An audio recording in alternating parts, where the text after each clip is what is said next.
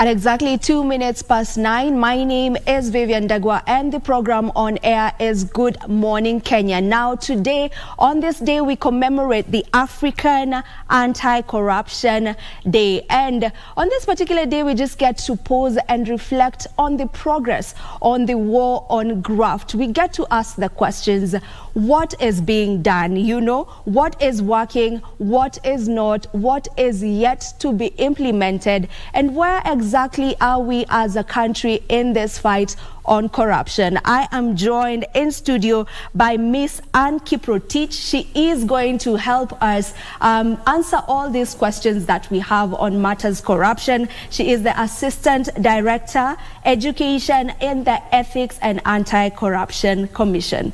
Miss Ann, welcome to the show. Thank you for having me. Good morning.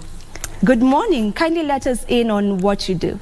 Thank you. As you have indicated, I'm an Assistant Director in the Department of Education and Public Awareness at the Ethics and Anti-Corruption Commission.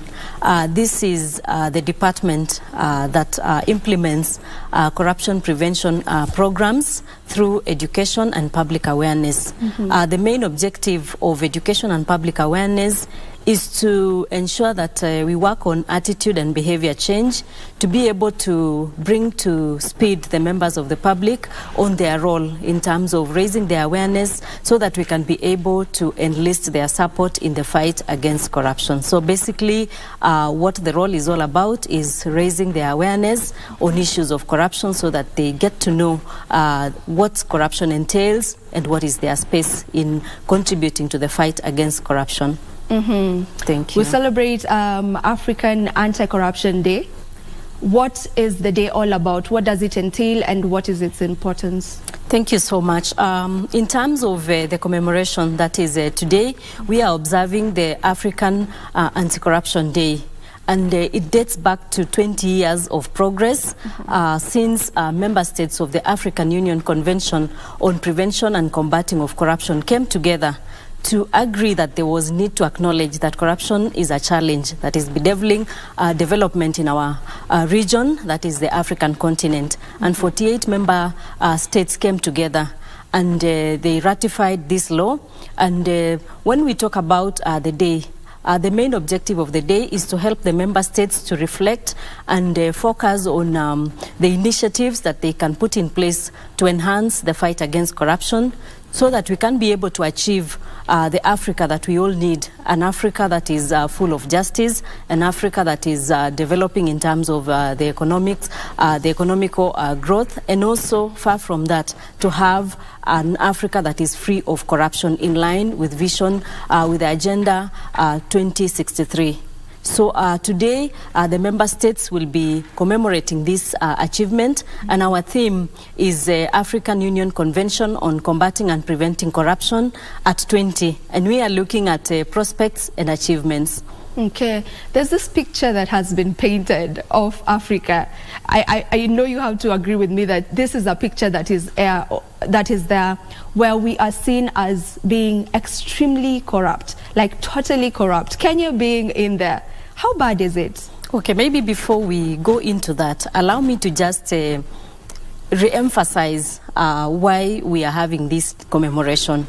In terms of commemorating, it's because we are acknowledging the efforts that have been put in place. And in Kenya, which is a member state, the event or the run-up to the commemoration is being coordinated by the Kenya Leadership and Integrity Forum.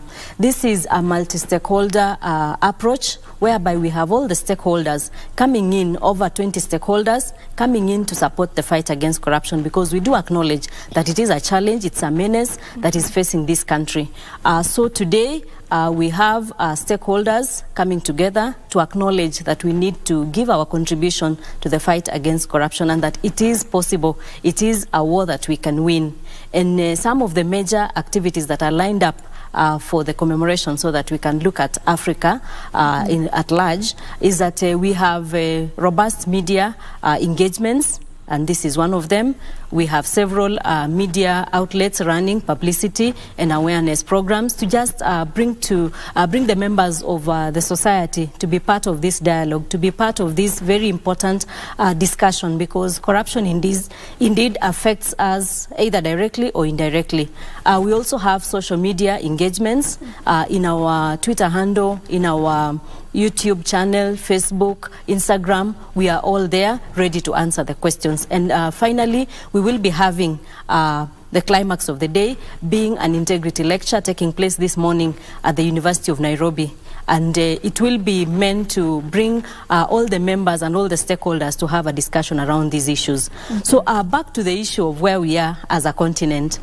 It is true we cannot run away from the challenge of corruption. Indeed, it has affected us at a personal level, at a society level, even at the economic and the political arenas. And true to speak, it is affecting us, but I want to appreciate that there are countries that have done quite well in terms of, being able to put in place strategies. We have approaches that have been put in place, such as the East African anti-corruption agencies that have come together to acknowledge that there is a challenge, just as we have this African Union Convention. And I want to say that, yes, Africa has continued to face the challenge of corruption, which hampers the realization of development goals. It also affects the realization of progress and also affects good governance. But nonetheless, we can say that this is a war that we can win, and progressively the democratic and the accountability space has really improved compared to the years back, save for a few of African countries that may be struggling with civil war and the like. But so far so good. There is progress, but there is still work to be done. There's work to be done. Yes. Narrowing it down to Kenya as a country. Let's forget about Africa for a moment. Let's talk about the country that is Kenya. There's a report, there's a data report that was done in the Transparency International's 2022, and on a scale of 0 to 100, 0 being highly corrupt and 100 being extremely clean, Kenya scored 32%. So we are not very okay. Thank you. Indeed, it doesn't paint a great picture, but this is a perception survey, which was based on indicators to understand whether Kenyans are satisfied with the level of service delivery, issues of accountability indices. But compared to the previous year, we improved a step, because previously we were at 31 out of 100, and in the latest ranking, we improved a step and we were at 32%. Of course, there are those countries of the world that have been able to do well, and for those who are at at 100, it means there are very low levels of corruption. And we do believe that progressively this is a journey. If we can continue to engage the members of the public to ensure that all and sundry follow in this journey of being able to change our country, we will be able to gradually improve and even be at the level or at the league of those countries that have been able to deal with corruption. How are we going to do this?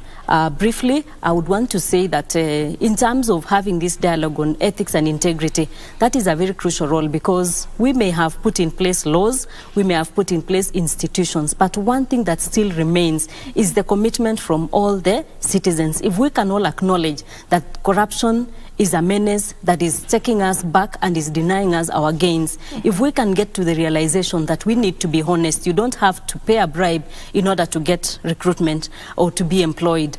You don't have to pay a bribe in order to get a particular service. If everyone would do the right thing, someone says that we all know what to do, but the hard part is doing it right. And I want to use this platform to rally all the listeners, or maybe all the viewers, and even all Kenyans of goodwill, to be able to journey with us, and we will be able to change that narrative. So, Vivian, I want to believe that we will be able to move from the current rating of 32 to probably a higher rating. I know that you've touched on some of the loopholes, but if you may just go deeper on more loopholes that we have against this fight.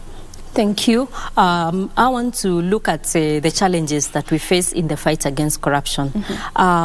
One of the challenges is the attitude because, as I said, if we can be able to change the attitude and the perception so that everybody knows that you don't have to, bribe your way into getting a service. If we are able to change the attitude, and in terms of changing the attitude, we have various approaches. We have the civil society organizations who can demand for an accountability framework from the services that they seek from government. One of the other challenges has been politicization. Politicization has been a challenge because every time we have people who've been, identified to have engaged in corruption, maybe they've been summoned to, record their statements, you will see people from their backyards, especially the feeling that maybe they are being targeted because they belong to a certain political orientation.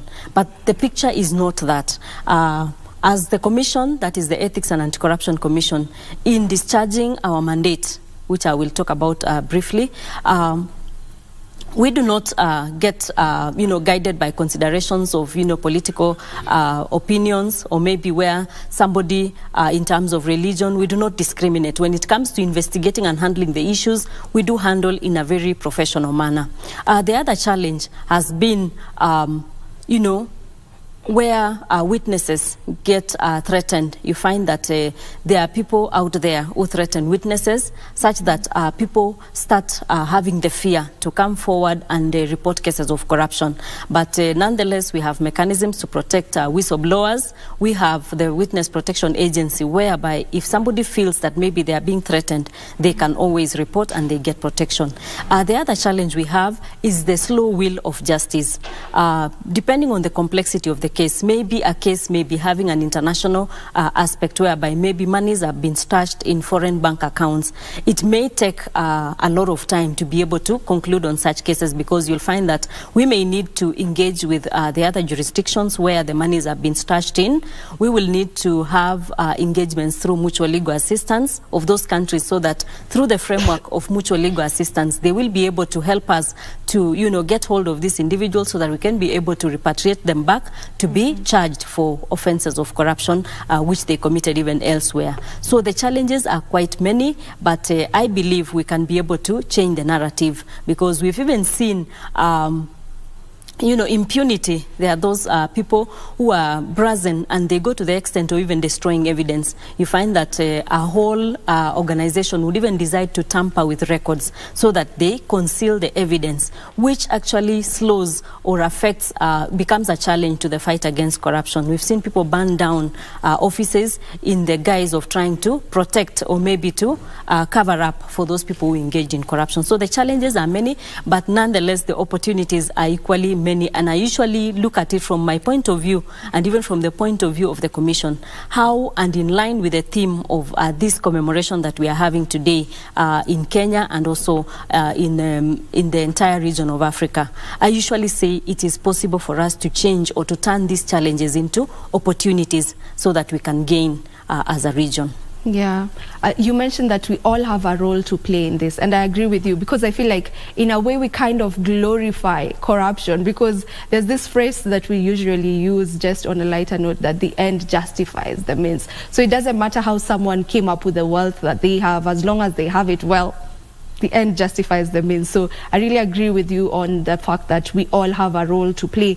If I may ask, who is yet to come on board on this fight? Thank you.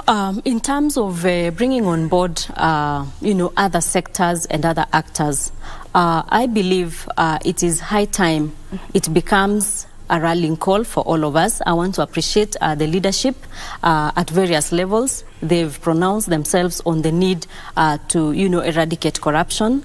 And what I would want to say is that it's high time we get the citizens to support the fight against corruption. Because yes, as I had indicated earlier, we have the institutions, but the leadership still needs to continue, providing that leadership being a leadership that can be emulated. Because if you look at the requirements of leadership as provided for in the Constitution under Chapter 6, it requires that we have leaders who uphold integrity, leaders who are honest, leaders who are accountable, and leaders who will make decisions not based on, corrupt deals, or maybe, motivations of corruption.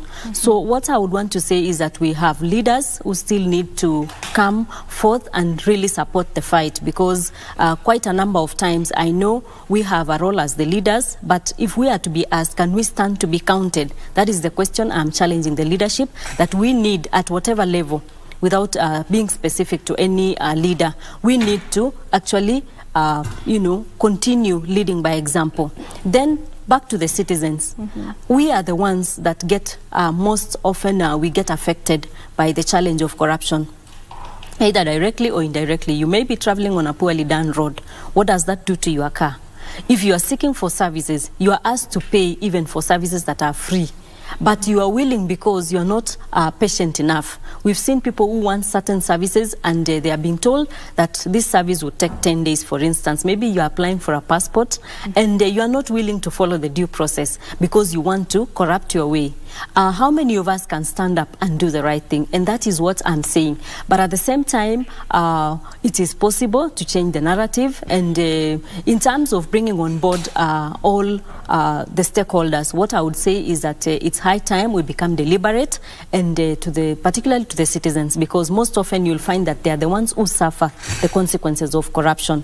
But at the same time, I'm also addressing the leaders and all of us, whether we are in the public or the private sector spheres. Yes. You say that it is possible to change the narrative. What are some of the opportunities available in combating this menace of corruption? Thank you. In terms of the opportunities, allow me to just look at some of the strategies that as the Commission we've been able to put in place to strengthen the fight against corruption. And one of our focus areas has been focusing on high-impact investigations. When we talk about high-impact investigations, we look at investigations that focus on individuals. It focuses on high-value assets, and at the same time, they are driven by public interest. And this has been a strategy or an opportunity that we can continue utilizing. Because if we are able to focus on high-impact investigations involving certain personalities, we will be able to change or maybe have quicker gains. Because if you look at the asset tracing and asset recovery initiatives that the Commission has used, which is another opportunity that we are utilizing, is because it may take long to charge people for, economic crimes. But if we are able to file civil suits, to be able to recover assets which people acquired corruptly, because somebody may have gotten the loophole to maybe advantage themselves or give themselves a favor while they are serving in office. These people will go out enjoying this loot. But one of our strategies, or one of the opportunities that we've been able to utilize, is the asset tracing and asset recovery. And we've been able to, make a lot of progress, as I shall give details later in this field. The other opportunity is value-based education. We have an opportunity to indulge even the young persons in this country, the young citizens who are the leaders of tomorrow.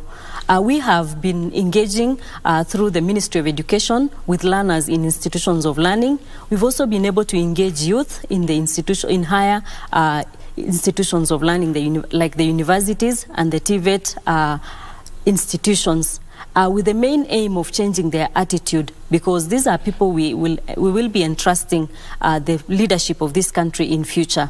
And for us to be able to,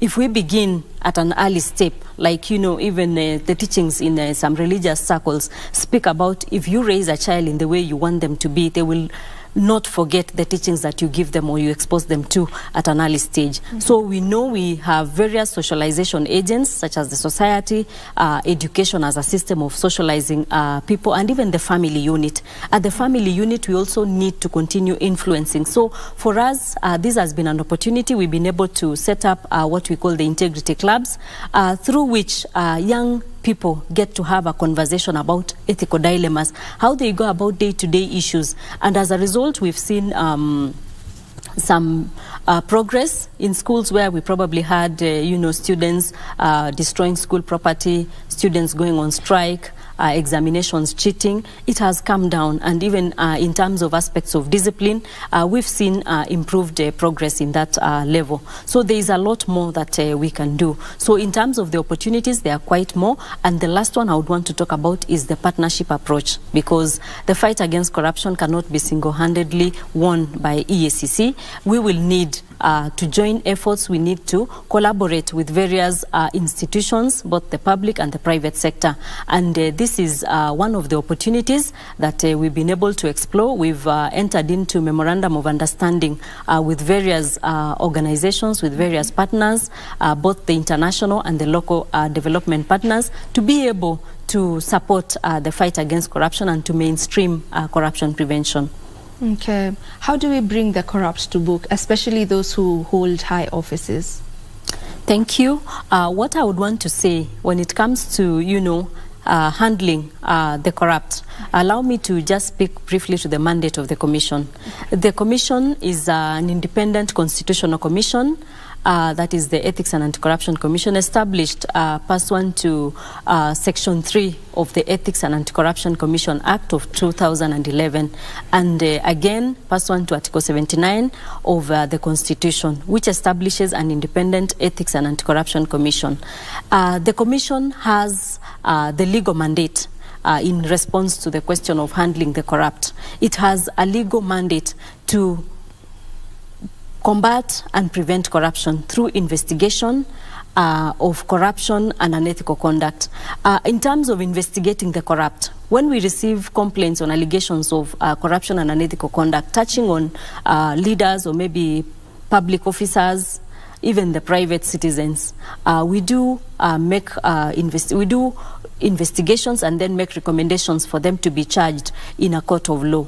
And we do give our recommendations to the Office of the Director of Public Prosecution, who then looks at the evidence given, and then they charge those who've been found to be culpable. So the first strategy is prevention, because prevention is better than cure. And I have talked at length about prevention, where we work towards changing their attitude. But in the event we are not able to handle some of the people who probably have refused to change their attitude and they find themselves engaging in corruption, then the law will take its course. So that is one of the issue, and I've talked about the issues of asset recovery and, making corruption to be costly, making corruption to be very painful for those people who think that maybe I've made a kill today, they've amassed illegally acquired wealth, but then we come in through the asset recovery and we take away whatever you've acquired. And I believe that in itself becomes very painful, because yes, you've toiled, you've gotten it easy, and people are probably maybe glorifying you for having made it in life. But when the law comes in and we are able to recover it back and repatriate it back to support other programs in government, then I believe that is the best approach. It is good to mention that between 2021 and 2022, the EACC has recovered assets worth 940 million. So there's progress, right? Thank you. Today being the 7th edition of this particular day since the inception in 2017, what are some of the achievements that you can talk about? Thank you so much. In terms of the achievements, I want to narrow the achievements to the last 5 years. That's the period 2018 to 2023. Of importance maybe to our stakeholders is that we are concluding, we have retired our strategic plan for that period, and we are soon embarking on launching a new strategic plan to guide the processes of the Commission in as far as the fight against corruption is concerned. That is for the next 5 years. So allow me to just run quickly through some of the achievements, because it is in line with the theme of this African Anti-Corruption Day commemoration, where we are looking at the milestones, the achievements, and the prospects. So in terms of tracing of assets, we've been able to trace assets worth over 44 billion. And these are assets whereby we've been able to trace, and we've filed cases to ensure that we trace and recover these assets. In terms of recoveries, we've been able to recover assets worth 28 billion. 28.84 billion, which have been recovered, and we've been able to return it back to the public. These are monies and assets that had gotten into the wrong hands through proceeds of corruption. We also have ongoing cases for recovery of assets worth 42 billion. Notable of these assets include a parcel of land, a 56-acre land belonging to the Meteorological Department, and this is land that whose value is at 5.2 billion at the time of recovery, and it has been set aside for public benefit projects. We see projects coming up like housing, and this is one of the things that is a true demonstration that we can be able to repatriate back whatever had been stolen and put it into good use. Previously, during we also recovered land belonging to KALRO, that is Kenya Agricultural Research Organization, and we were able to recover land worth 800 million. We've also recovered land in Mombasa, in Buxton, whose value is at 398 million. We've equally recovered land belonging to High Court in Kisumu, whose worth is at the value of 1 billion shillings. At the same time, we were able to recover 6 parcels of land belonging to Uasin Gishu County Government at the value of 1.9 billion in terms of the value. But in terms of averting loss, we've been able to avert loss of assets and public property at the worth of 34 billion, which we've been able to avert through proactive investigation, through proactive intelligence, which we receive that this is about to happen, and we disrupt those networks, which is for us an increase compared to the previous years. It indicates that we were able to improve by 75% compared with what we were able to avert in the previous years. So all in all, there is a lot of success stories that we can pride ourselves in that end. But apart from the investigations and asset-related issues, in terms of prevention, we've been able to set up the National Integrity Academy, which focuses on long-term training on ethics and integrity, touching on professionals and public sector individuals. We've also been able to conduct corruption risk assessments through which we were able to identify the loopholes, and we gave advisories to public sector institutions to be able to, implement so that they are able to prevent corruption. And finally, I'll have to cut you short for a moment. We take a short break, and then when we come back, you'll be telling us more about that. We take a break right now.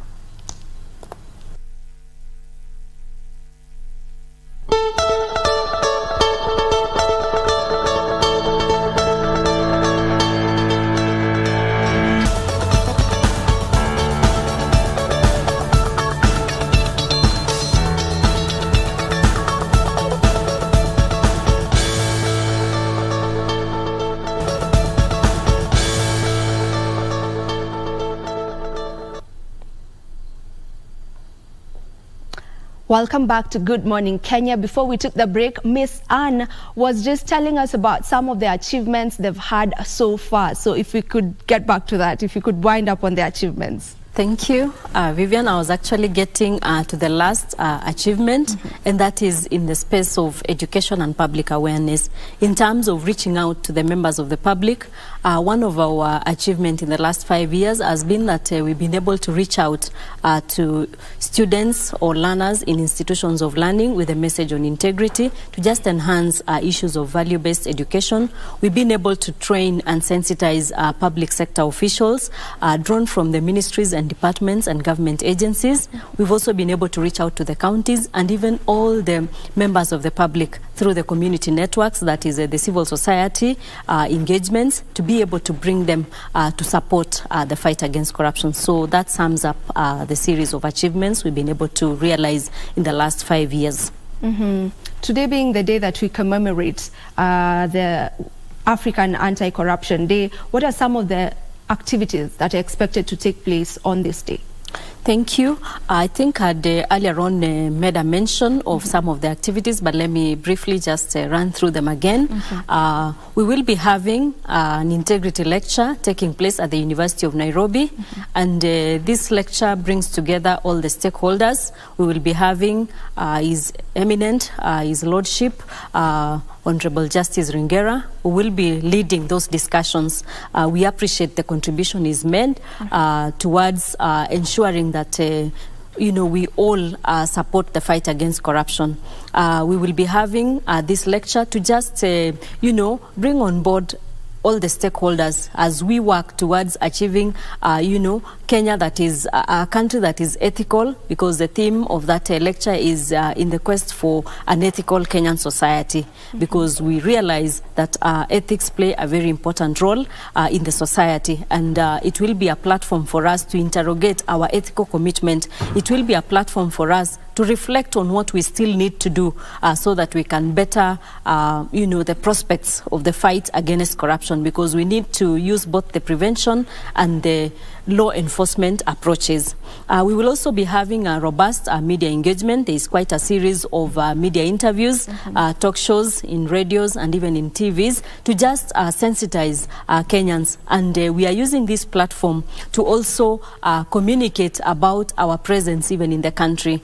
For instance, our headquarters is here in Nairobi. We have our head office at the Integrity Center.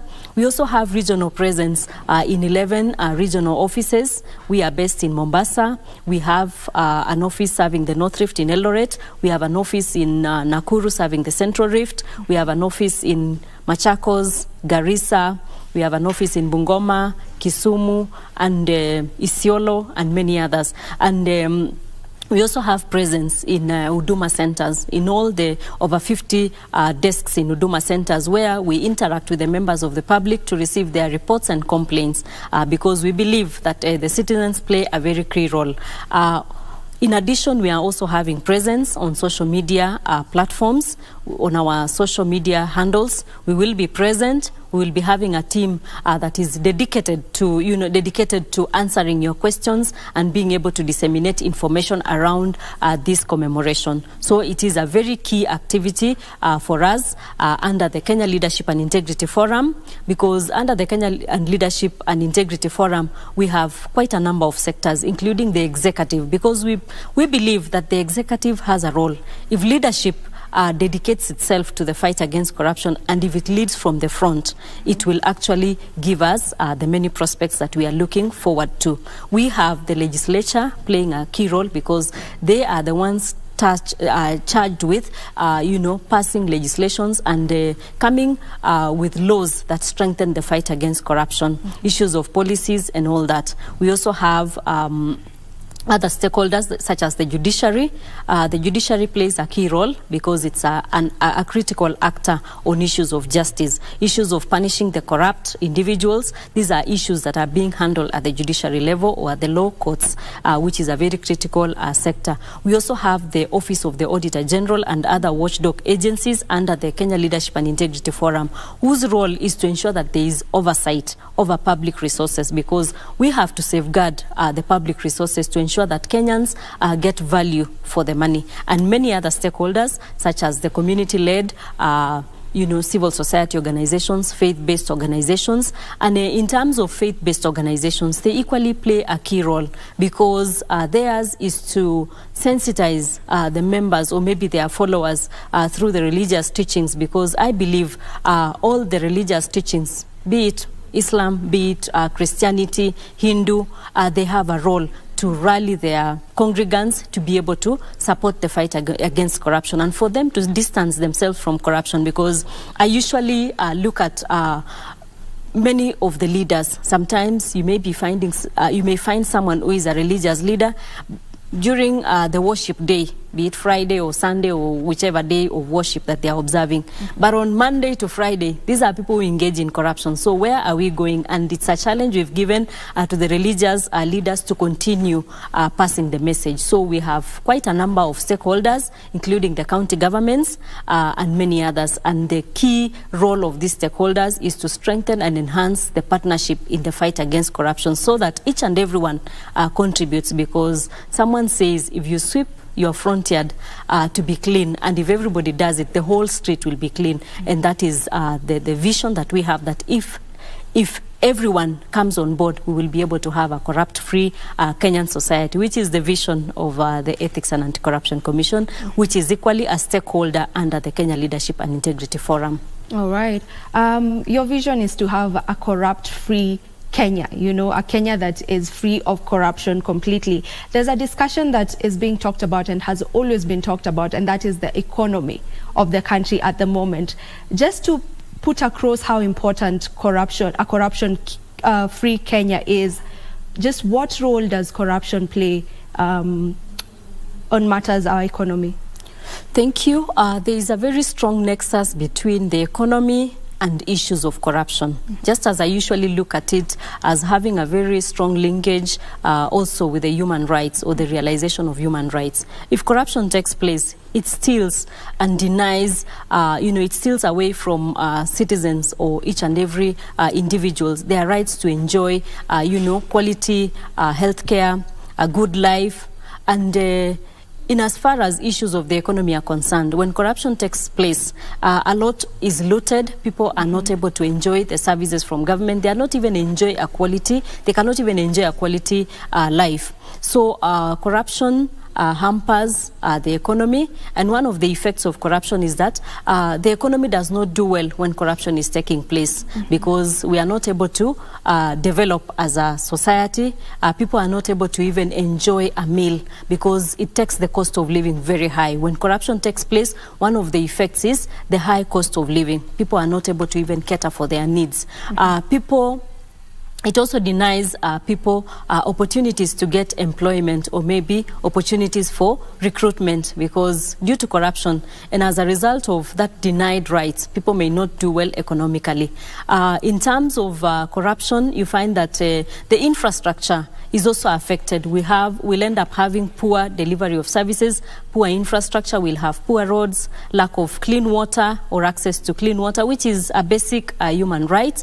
People will lack housing, because if you look at the Constitution, Article 43 speaks or addresses itself to issues of socioeconomic rights, and one of them is housing and access to adequate health care. So corruption has a myriad of effects which boil down to issues of the economy, issues of the society, so that at the three levels which I may address, that is the social, political and economic levels, we will all feel the effects. That is why it's a high time we work towards eradicating this menace, so that we can enjoy a quality, good life, and also be able to, have a corrupt-free Kenyan society, and if I may say, a corrupt-free African continent.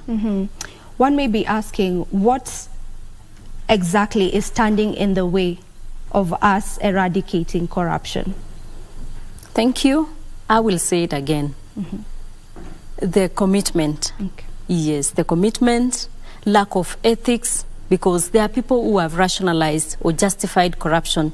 There are people who feel that corruption is a way of life. But if we can change that attitude, that mindset needs to change. And I believe, as I had said earlier, we all know what to do. The only hard part is doing it right. If we can be able to do the right thing, I believe we will be able to change. So in terms of what stands in the way of, being able to eradicate corruption, there are quite a number of challenges, as I had mentioned earlier. Aspects of the law, there are some laws that need to be strengthened, so that we can be able to deal with issues of corruption. But I believe it's a work in progress, and we will be able to change the narrative right now and even into the future. My rallying call would be, if we can all join efforts so that we safeguard this lovely country called Kenya, we will be able to have even people coming to benchmark with us to ask us, what did you people do? Where did you get it right? We would also want to, emulate you as a country. So it's a question of the belief, the mindset, and the attitude, and of course, the actors playing their role, and all and sundry supporting the fight against corruption. When you talk about it, it seems so far-fetched, the idea of having a corruption-free country. It seems so far-fetched. It seems like it's almost unattainable, but you stand your ground that it is attainable, right? I believe if we work together, if we walk in this journey, we will be able to change gradually. As we've seen some of the achievements, I know it's still a long way to go, but it is doable if we all believe and rally along the call. All right. Maybe any last words as we finish on this discussion? Thank you. As we come to the end of the show, I just want to call upon all Kenyans of goodwill to support the fight against corruption. All members of the public should be able to report cases of corruption. Feel free to visit the Commission offices. Feel free to share with us reports on any allegations of corruption and unethical conduct. If somebody is making a demand on you to pay a bribe, please feel free to report. We have a short code of a toll-free number, which is 15. Let me just confirm. You can be able to reach the Commission through that toll-free number. I believe I'll be able to share. It's 1551. So there are very many ways through which we can support each other, and I call on all of us to report. Let's not support, or abet corruption. At the family unit, what are you doing? Yes. Are you a trusted role model as a parent or as a guardian? That would be my parting shot, so that your child doesn't feel that, why is this wrong, yet daddy or mommy is saying it's right to do. Thank you. When you're asked to do something, you're given an alternative, like you need to do this for you to get this. That's still corruption, right? It is. That's an interesting discussion. And you've raised a very important question, issue there, that corruption starts even in our homes. Yeah? Yes. So how do we need to go back to schools and start teaching corruption even in school? Because if cancer is not well taken care of, it will mutate into something else. For sure. Yeah. So how do you go about it then? Thank you. For me, I think it's the role of us, the citizens, or maybe the parents, or the guardians. We need to lead by example. We need to be role models, because there are these things that we do and our children are observing. You are, jumping the lights if you are driving on the road. What are you teaching this child? So, and a message given to a young child would forever remain ingrained in the mind of that child. So I believe at the family unit, we can do something so that even as we go out to the school level, we expect our teachers to fashion these children and to guide them along certain ways of, conducting themselves. And as they grow and transition to get to maybe employment in the government or maybe in the private sector, as they take up those responsibilities, they'll have started with a stronger foundation based on ethics and integrity. I hear the Japanese and the Asian countries have done very well. They've beaten us on this. The early years, they expose their children to issues of etiquette, issues of ethics, where a child gets to know that this is not right and this is right. And I believe this is something that we can do as the African society and the Kenyan society. Earlier on in our show, one of the guests said that when he travels across the borders, the picture that we get as a country is that Kenya is a corrupt nation. Corruption bites us, but does that really worry you? It actually does, because it's a question of perception. How do we conduct ourselves? I hear in other jurisdictions, the Asian countries, for instance, nobody would run after you to pay your taxes. Even if I stay for 5 years, I have to pay. It's your obligation. But here in Kenya, what happens? You have to enforce the law for people to do what is expected of them. But I want to say that it is possible to change the narrative if we all do the right thing. If we gradually commit to doing the right thing, I believe one day, one time, we will get there. It may not be easy, but we will get there. Charity, as they say, begins at home. So it is all up for me and you to, help fight this menace of corruption. When you hear the president talks about the issue of corruption, the KEMSA officials are actually going home, left, right, and center. What is your focus as an institution? Leaps and bounds moving forward? Thank you. We will continue discharging our mandate as the Commission in terms of enforcing the law. And on a day-to-day basis, there are quite a number of issues that the Commission implements, and I may not get into those issues because today we are here to commemorate, the African Anti-Corruption Day. But I want to assure Kenyans of goodwill that we are on course in the fight against corruption. Support us, let's walk the journey together, and we'll be able to deal with it. As you can see, those issues you've just alluded to, they are issues that are in the public sphere, but we are also on course, we are working on most of these issues. So I wouldn't want to delve further than that, but rest assured that we are working and we are ready to support the fight against corruption so that we have that vision, as I've just talked about, a corrupt-free Kenyan society. Yeah. In the morning, before we started the show, we were making fun of how creative Kenyans can be. We are creative in any way. You fix this, the second one, they'll come up with an idea. So how creative are corrupt individuals? Because sometimes you come with an idea or a situation to arrest corruption, but they will do something else to get corrupt, and the wheel will continue to go on and on and on and on. Yeah, for sure, corruption mutates. Yeah. It takes various forms. And from time to time, from the prevention point of view, we've been giving advisories to various government institutions. And these advisories are aimed at helping them to strengthen the controls so that they're able to prevent whatever loopholes that encourage corruption to take place. Remember, the corrupt are also very clever. The risk of corruption is a very deliberate risk. The perpetrators actually who orchestrate these acts of corruption really sit to plan. So for us as an organization, we are keen to see the new forms of corruption that take place. And that's why from time to time, we undertake perception surveys to be able to understand what is new. We also reassess our strategies to be able to see which are some of the new strategies that we need to apply. Because as you say, it keeps on changing. Yeah, so we are quite alert, and we are keen to ensure that we are on top of issues each and every time as we continue to implement our mandate. Okay. Vivian, are you corrupt? Oh, well. Are you corrupt? I'm not really corrupt, but as you said, you all have a role to play in this, so I'll go check myself. What about you? Are you corrupt? I would say the ethical dilemmas will always be there. Yes. Yeah. So it is how you manage or wade through these ethical dilemmas. Yeah. There are times I would say you'd rather go through the pain so that tomorrow you do not repeat it. Like, for example, you offend maybe on the road, go pay the fine, and I believe tomorrow you will not want to get caught up. Especially on the road. Yes. Are you corrupt yourself, Victor?